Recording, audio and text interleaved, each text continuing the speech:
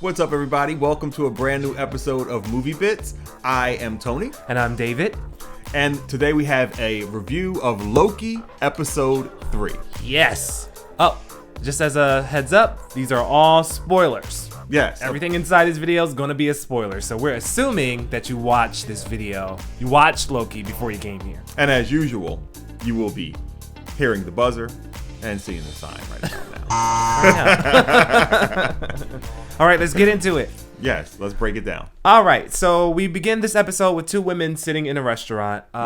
They seem like they're like best friends, and we don't really realize until a few minutes in, well, for me, a few seconds in, that the other woman is Loki. Yeah, well, I did. I was like, oh, that's Loki. It took me a second. And the security guard that she had fighting the other guys in an opening sequence of episode 2. So I was like, I knew what was going on. I was like, oh, we're getting a glimpse at an inside glimpse from the perspective of this TVA agent of how Lady Loki's powers work, and it was really interesting. Yeah, and a little bit terrifying too. She starts asking her how many people are guarding the timekeepers, and then the girl, she realizes, like, wait, can't answer that question. And secondly, I don't know you. It's the way she does it. She makes this scene like they're friends, best friends, and that they have been best friends for a really long time. So it's really touching. She's opening up to her, and the way she asks these questions about the TVA, she just sort of slides them right in there with all of this organic feeling discussion as if they're really friends. And so it's really twisted. It's an interesting insight into how mind powers work. You know, I know Wanda, she can do stuff like that, but we haven't really gotten to see what the person that she's controlling, what they're experiencing while she's doing it. Yes. And it was really cool to be inside that person's mind and to see how mind control really works. It's not about intimidation and torturing the person. It's about making them feel super comfortable in order to manipulate them, right? Yes. So it's actually about pleasing them rather than torturing them. Yes, but she would go on to explain. Sorry, guys. Later in the episode, she says the strong minds require her to do some illusionary work that caters to their memories, based upon their memories, in order for her to be able to pull the information out of them. So this TVA agent has a very strong mind, according to Loki's perspective, Lady Loki's perspective. Yeah. So she ends up not getting the information from the girl, right? No, she got the information. It was kind of like we were because remember in episode 2, she said, I told her everything. Okay. So now we're getting to see how she came across that information. Yeah. So she infiltrates then we pick up to where she goes through the teleportation portal. We find out that she teleports into the TVA. When Loki follows behind her, she's actually going to the TVA. But which we did see last week, because she bombed the TVA. So now we get to see that it's Loki follows her, and Loki ends up in the TVA. So the answer, the question that we get answered is, where did Loki go when he walked through that portal? Right. So they're in it. Those two Lokis, they fight each other. They confront each other, end up fighting, and then they have like a struggle. She has the upper hand with Loki. Some people are kind of coming to his aid. Some soldiers, agents or whatever, coming to his aid. After she takes out everyone while at the TVA with no powers, she's getting there, pruning weapons from them, pruning the TVA agents, and she's moving forward to get to the golden elevator. The information she got from interrogating, another... from interrogating the actual agent we were talking about earlier. She told her about the gold elevator. Right. So then she holds a blade to Loki. She says, I'll kill him. And this agent, she's just like, okay, sure, whatever. Kill Loki. Kill him. We're still going to fight you. So Loki grabs the little telecom device and teleports them somewhere else. And surprise, his powers work in this place. So they're no longer in the TVA. And his powers give him the upper hand for the moment. And this is when we really get into the differences between Lady Loki and Loki. And she's an enchantress, and which are powers that Loki doesn't have. Because she tries to do that to him. They have some more fighting inside this like trailer car or whatever. And she tries to do that to him. She puts her hand around his neck, and you see her green energy coming out. And he's like, what are you doing? She's like, nothing. Apparently. Trying and failing. And then he says to her, I have a strong mind. Yeah. Which is really cool because Loki is so cocky. And, I wouldn't think that he would be as strong as he is. So, I don't know. Seeing this show kind of puts him in a different perspective for me. When next to the Avengers, he always seems like the fool, like the weaker guy. Yeah. But he really is, like, super intelligent and very strong. Because he's a god. Yeah. Okay. I'm sorry. I had a moment. But it's all his insecurity. Because he's strong. He's smart. He can fight. But he's just bathed in insecurity. Yeah. And I think it really got to him that he did not know he was adopted. And that really messed with his energy and his sense of belonging. Right. So he's been sort of stuck on trying to force himself to belong in certain places since he feels lost. Right. So they get transported to this world that's kind of... there's a planet about to crash into this planet that they're on. Yes. And it's coming to an end. It's a... apocalypse, everyone's gonna die. It's a moon. The moon is about to crash into the planet. And Lady Loki says to Loki, like, of all the places we could have teleported to, traveled to, you take us here to the very worst one where everyone dies. Everyone dies. So they try and get on this train where all the rich people from that society are going to be headed to this rocket to get off, and they want to be on this train because they have broken the telecom device, so they have no way to get off the planet, and it's not broken. It has no batteries, no power left. Yeah, they need so a power need to source. Steal the power source from the rocket that these people are supposed to use to get off the planet before it destroys. So, and then we have this whole segment where they get to learn each other, just about trusting each other. She's like, give me the, what is it called? The temp pad or something. Pad. She said, give it to me. He's like, no, nice try. So he never gives it to her. He stores it inside himself in his heart. So they have like all of this back and forth with her recognizing each other's differences. Loki, she refers to him as a magician. And he even says, like, when he's analyzing her powers and he's impressed by her, he even says to her, like, how can you call me a magician when you can do these? Yeah, you're an enchantress. Your whole enchantress. And so, they get into their differences and how they were raised, their mother who knew they were adopted. They get onto that because they managed to get onto one of the trains. Onto the train. To take them to the rocket that's going to leave the planet. Yeah. Because he dresses up as a soldier and she plays like a mind trick on one of the soldiers, makes him believe that he was notified ahead of time that they would be arriving to let them on. By some higher up. So they get on. But that whole scene, I know we're telling the story here too, but we want to talk about it a little bit. That whole scene kind of like made me a little sick, uncomfortable, because I was realizing what was happening. I was like, the planet is coming to an end and all of the rich people are escaping. And it just didn't sit well with me. I'm like, everybody's just sitting in leisure, just chilling. I'm like, there are meteors falling, hitting the planet, and just rich people just in a train headed to their rocket to take them off the planet that's doomed to be destroyed. I was like, wow. So what we see is that in this apocalyptic society, capitalism is clearly at work. Right. So go to Ideas for Prosperity where we talk about stuff like this, but soon. That just, that took me out of it a little bit. But, while they're on the train, they're having these discussions about their parents, their mother, specifically their mothers and how they learned their powers. So we learned that Loki learned his powers from his mother. Lady Loki. And Lady Loki learned her powers. On her own. She's a consummate loner. She even says at one point that she has been running from the TVA, which she refers to as fascist overlords, for her entire life. Yeah, and she knew that she was adopted, all that stuff. We also learned that she finds out on the train that the TVA agents are also variants themselves. So, and she informs everyone Loki that works there, they're all variants. So we knew something was up with the TVA. So she was like, so you're going to work for them too? So they got you too, huh? We knew something was up with the TVA. We know it's some very sketchy stuff going on. Yeah, there might be some underlying evil intent happening with the TVA. So that was honestly expected, because at the same time, you're literally going after people and sentencing people, sometimes to death.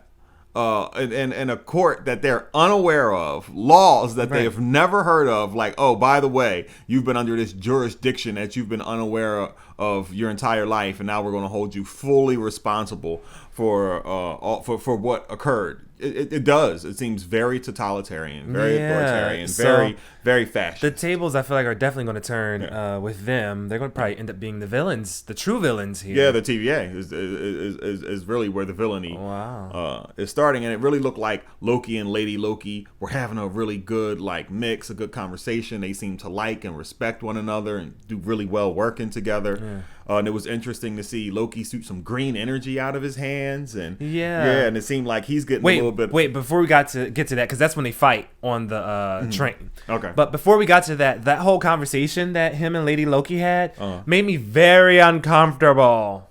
I don't know how anybody else felt, but I felt like they were flirting with each other, which just blew my mind because it was just like, but we're the same person here, we're the same person. Yeah. Guys, if there was if it was you knew weird. it was you, just in a different form, would you be attracted to you? And then it made me think about character development and who Loki is as a person. Hella narcissistic. You're the ultimate narcissist. The only person you'd be interested in dating is you. Is yourself. And you find it felt like there was some sexual tension. They were making hints. They were talking about what kind of people are you sleeping with, or who are you sleeping with? I'm like, and she this asked is him, weird. He asked her if there was any, anybody in her life that she loved, and she's like, yes. In between hopping from apocalyptic event to apocalyptic event to preserve my life in the face of the fascist TVA, there's plenty of time for dating. So then, sarcastically. So then she flips the question to him and goes, you were royalty, because she was not royalty. Mm-hmm. So she says to him, you were royalty.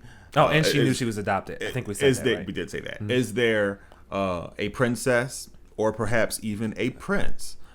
To which Loki replies, sometimes a bit of both. Huh? So, MCU just confirmed that Loki is bisexual. Interesting. That was a major thing. I mean, they were talking about Disney. They're talking about Disney here. That was a big deal. Disney's been poking the LGBTQI plus bear for a long time now. But they're doing it in insinuating what characters may or may not be sexually fluid. But this is the first time. This is the slow rollout. We definitely know Captain Marvel is going to be a lesbian. Yeah, the haircut gave it away. She's going to be a lesbian.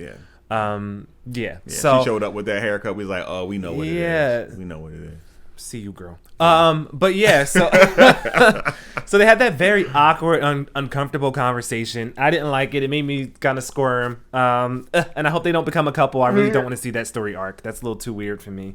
Yeah, I don't think they're going to go there, but the tension was like, oh, this is weird. This is weird. Yeah. This is weird. So eventually she ends up going to sleep. There's this whole discussion about, no, you go to sleep. No, you go to sleep. I don't trust you. You go to sleep. So she ends up going to sleep, and she wakes up, and Loki is kind of having a party with the rich people. He's singing this Asgardian song and just having a good time and drinking. And clearly drunk. He makes the cheer. He makes the toast to her. He's no longer in his disguise. Because she calls herself TVA Sylvie now. Uniform.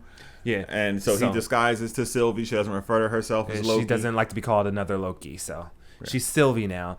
And he, makes a cheer to her. She's like, "Why are you not in your uniform? We could be discovered. People have been looking at you weird." Sure enough, more soldiers from that world come on to the train to fight them. They have this big fight. And pause right here. We were talking about shouldn't there be aliens present? We had this whole moment. Everybody seems very human all throughout what Loki is doing, and I felt like the TVA is supposed to control the entire time stream, and we got to look at these TVA agents doing desk work. Shouldn't we see some Kree there? Shouldn't we see other types of beings? Represented and their different planets and their different timelines. It just seems like the TVA is one thing. It's for a timeline. A timeline is an entire universe. You know what I mean? And we're talking about the existence of everything. So to me, I think, I don't know, opportunity missed. I think it's like when you look at Star Wars, even though everybody's predominantly human, you get to see all the different species walking around, and so I think that's a necessary detail that was missing here. Yeah.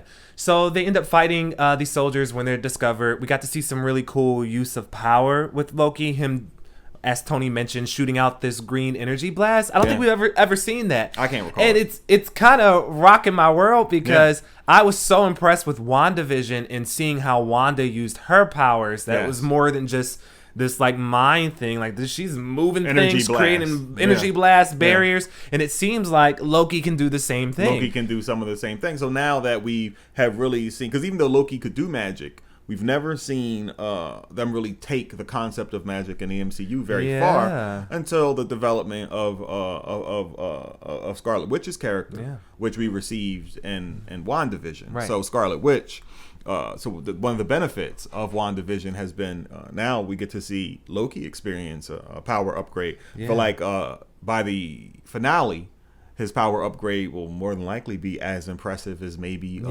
Thor's power upgrade was in Ragnarok, and Scarlet. It's not going to become endowed with chaos magic or anything, but I hope to see significantly more. My biggest question was, how would they set us up to be as thoroughly impressed with this new chapter in the Marvel universe on film?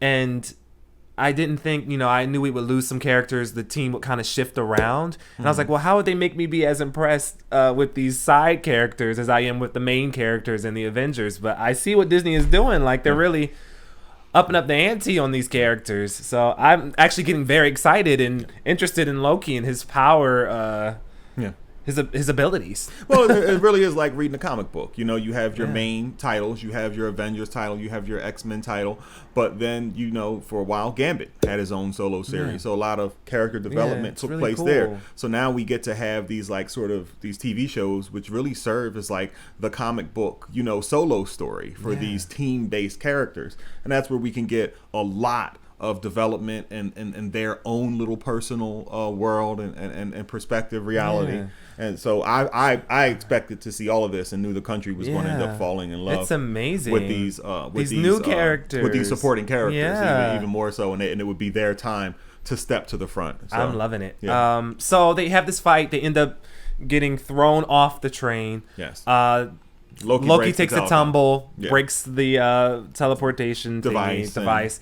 The other Loki's very upset. She actually does this. She screams and all this energy comes out and just explodes around her. Yes, which is cool. Which I'm expecting that's going to pay off. Yeah, in the finale, better. Yeah. So now the planet is getting closer to crashing into the planet that they're on, and they say the moon. And Lady Loki is like, Sylvie is like, we have to get to that rocket because it doesn't get off the planet. If we can help it get off the planet, we'll survive. Yeah. So it becomes about running to this rocket, and at the same time, a really horrifying sequence. Like, I have a big imagination, and I always think about, planetary doom from time to time. My casual thinking. But seeing the moon begin to crash into this planet and the moon just crumbling and seeing it in the atmosphere, I'm just like, oh my God, devastation. Well, annihilation, but it was the city horrifying. Is crashing, buildings are coming tumbling down. Guys, could you imagine that? That's horrifying. And you have what you always see in disaster-like films. You have the tools who are still doing their jobs. Tell me, why are Loki and Sylvie trying to run towards this rocket, and along the way they got to fight these soldiers who are still fighting them? At that point, we were watching it. We were like, none of that matters anymore. You don't have a job anymore, dog. It's all about to end. I don't understand why you feel the need to protect anything on this planet. This is the end of all pay cycles. This paycheck thing is over now. But you can chill. But it made it so real because I feel like if the world were to end or things will go belly up, you would have people just like that out in this world still fighting. And we're like, it's over. Saying that's not really a moon. It's a conspiracy. There are mirrors put up there by the deep state. Right. It was amazing to see that. So it's LCD screens put up in the sky by the deep state. Right. So a really cool thing we got to see is when the building started to come down as they were running, Loki stopped it. He did like this, I'll stop it. Yeah. And the whole thing just stopped, and he reversed it and put it back together again. I was like, I had no idea he was this strong. If he was always this strong, why wouldn't he just fight Thor with all of these strengths? I feel like he could kick Thor's ass. Just push him. Maybe. I'm digging the power. The hammer comes, just stop it. in the air. I'm digging a power upgrade. Maybe this is a level of power that he is experiencing for the first time as well. They haven't gotten into that. Right. So maybe that's what it's about. Right. So they're doing all this running, and needless to say, they do not make it in time. The rocket is destroyed by a fragment from the moon. Comes down, destroys the rocket. Lady Loki gets instantly pissed, tosses her hands up in the air, turns around and walks away. Boom, end of the episode. And the other Loki's just standing there looking stupid. End of the episode. So, but I don't think it's going to end that way. Somebody's going to. It can't. From the beginning of it, when they were making this big deal about fixing the device, I'm like, ultimately it doesn't matter. The freaking TVA is going to come find out where they both are and save them, because the other timelines are going crazy because of all these bombs she let off. So I'm pretty sure they're actively scanning where they are right now and will come for them. Mobius is gonna I feel like Mobius is gonna pop up. Like, yeah, come on, guys. Come on. So I get what they were trying to do with the episode and create the tension, keep us like on a cliffhanger, but it's really not. We kind of know where this is going, or you might surprise me. I don't know. And then they ended the episode. They have that cool little sequence where showing all the little timey-wimey 70s pieces, and they played this really cool song called Dark Moon. Dark Moon by Miss Bonnie Guitar. With a hauntingly beautiful voice. Oh my goodness. So much control. I felt it really spoke to the episode very well, but yeah. Lyrically, yeah, definitely. Yeah. But we sat there and we just listened to her sing. It was so much control, so much technique, so much resonance. Yeah. It was a full voice. It was amazing. Now, we were trying to have a music review channel, but YouTube shut us down before we could even begin. So this is what it would have been like. Copyright strikes. Because we can speak intelligently about music and vocal performance, but but after we grow our subscriber base here and we're able to dedicate some people, we'll probably put that on like a Venmo or something. We'll be able to get the subscribers we need right away. Start making some content, because then we can just they just want 50%. Right. They just want half. Right. And that's why half of the monetary value. But we're not a monetized channel yet, so we couldn't afford to keep it running. Say, well, yes, you can have half of the monetary value from these videos that you are striking us for. So we're saying all that to say, if you like this episode of Movie Bits, please don't forget to like, comment, and subscribe. You see what I did there? But that was episode 3 of Loki. Yes, it was. Really enjoyed it. Yes, we did. After last week's episode, I love seeing the team up of, instead of this week it being Mobius and Loki. We got to see Loki and Lady Loki. Yeah, and Sylvie. They were really cool with some uncomfortable moments, some very uncomfortable funny sexual moments, tension, exciting moments, action-packed moments. Yes, it was a really great episode. I really enjoyed it. So what do you give it, a thumbs up or a thumbs down? Again, I've been consistent with this thing. It's 2 thumbs up for me. And I know, I know I was a male in the second episode, but I give this episode a thumbs up. I love the action sequences. I love the progression of the story. I love the awkward tension. I love the fighting. I love seeing the new powers that were displayed, the new abilities in this episode. So this was really cool for me. It really made Loki a little bit more important in my world. Yeah. All right. Well, guys, that's another episode of Movie Bits. We've already mentioned it. Please don't forget to like, comment, and subscribe. And we'll see you back again next week. Bye. Peace.